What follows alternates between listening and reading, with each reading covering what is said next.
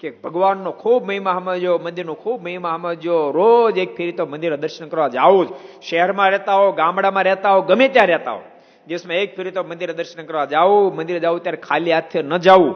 મંદિરે જવું ત્યારે ખખ્ખા ખાલી હાથે જાય. દેવ દર્શનનું ફળ ન થાય એમ લખ્યું ગુમાનંદ સ્વામીએ, કે દેવ મંદિરના દર્શન કરવા જાય પણ ખાલી હાથે જાય, એમાં કાંઈ ભેટ ન મૂકે. હવે તો મને આર્થિક સ્થિતિ થઈ, પહેલા આર્થિક સ્થિતિ નહોતી તો મંદિરે જાય ને ત્યારે ઘઉં લઈ જાય, બાજરો લઈ જાય, એ મુઠડી લઈ જાય, એ ગલો રાખ્યો એમાં નાખે અને એને પછી 15 દિવસ મહિને વેચે. એની આવક જે થાય એમાંથી મંદિર હાલતા, હરિમંદિરો હાલે. એ આપણી એ પરંપરાને બધાને જાળવી રાખવી પડે. મંદિરે દર્શન કરવા જાવું, જયારે જાવું ત્યારે ખાલી હાથે કોઈ દી ન જવું. કાંઈ ને કાંઈ ભેટ મંદિરમાં અર્પણ, પોતાની શક્તિ પણ ભેટ અર્પણ કરવી. એટલે એક વાર તો મંદિરે જાવું જ, ગામડાના હોવ કે શહેરના હોવ.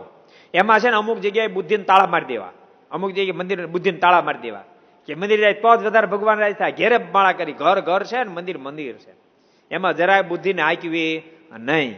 બુદ્ધિ હાંકવી તમે તાર ધંધામાં, બિઝનેસમાં તમારે જેટલી હાંકવી એટલી હાંકવી. લાખો કરોડો અબજો રૂપિયા કમાવાનો વાંધો નહીં, પણ મોક્ષના પથે તો સત્શાસ્ત્રો મહાપુરુષો જે વચનો આપણા સાધુ સંતો કીધા છે એમાં જ બુદ્ધિને હાંકવી, બાકી બીજી હાંકવી નહીં. માટે બધાને મારી ભલામણ છે, દિવસમાં એક ફેરી તો મંદિરે જ આવવું જ. સ્વામિનારાયણ સંપ્રદાયના આશ્રિત હોય, વૈષ્ણવ ભક્ત હોય તો હવેલી જવું. ભગવાન રાઘવ સાથે તમારી નિષ્ઠા છે તો તમારે ત્યાં ઈ મંદિર જવું, જ્યાં તમારી નિષ્ઠા છે પણ જાવું.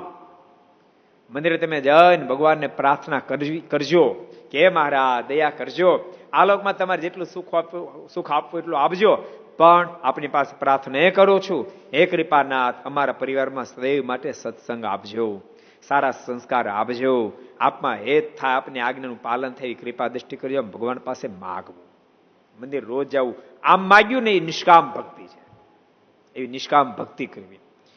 अगर ये वीडियो आपको पसंद आया हो तो लाइक करें और शेयर करना मत भूलिए.